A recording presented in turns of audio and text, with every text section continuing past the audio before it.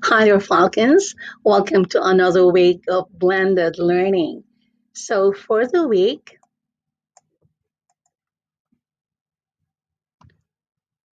of course, yesterday, that was May 18th, it's Victoria Day, so no online posting of assignments.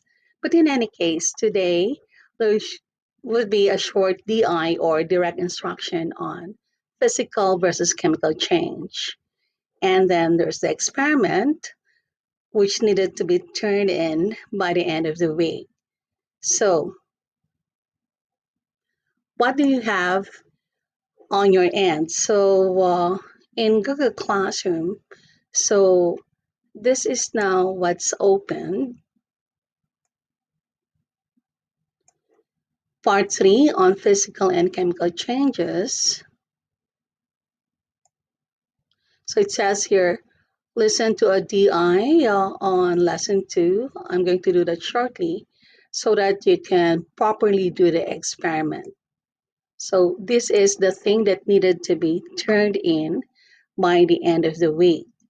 So what is in store for you today? So lesson 2,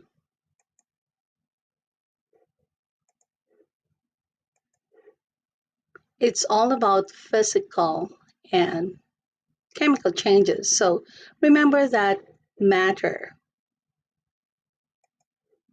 only moves from one phase to another by physical means. So if energy is added or if heat is added, you increase the temperature, or if energy is taken away, then you can always create a physical change. So this is a diagram of the changes of state. So let's just deal with the three states of matter here: solid, liquid, and a gas. So the arrows are either in red or in blue. Red if heat is absorbed, that means energy is added or there's an increase in the temperature. Now, the blue color would mean that heat is released or energy is taken away or temperature is reduced. So let us put names to the processes. So if a solid changes to liquid, we call that melting. Now, if you have a liquid changing into a gas, we call that evaporation.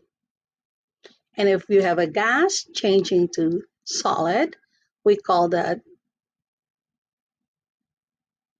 or solid becoming a gas, we call that sublimation, right? And the reverse is true. So if I have a liquid changing into solid, we call that freezing or solidification. Likewise, if you have a gas changing into a liquid, we call that condensation. And of course, gas to solid, we call that deposition. Okay, now another visual here between physical and chemical change.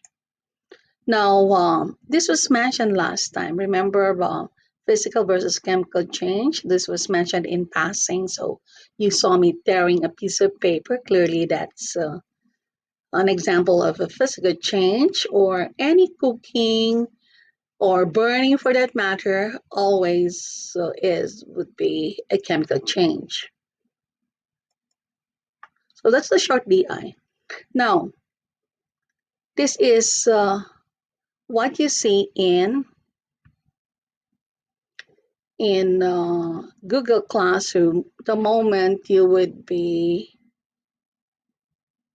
let's see, the moment you would be clicking on this. Okay, when you click on this, you are presented with this one, the set of Google Sheets that you are, or slides that you would be filling out. So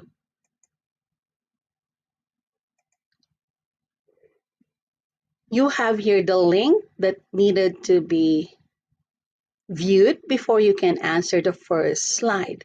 It says here watch and observe. Type your answers here, write a paragraph to tell what is happening in the video. So if we click on this, this is what you see.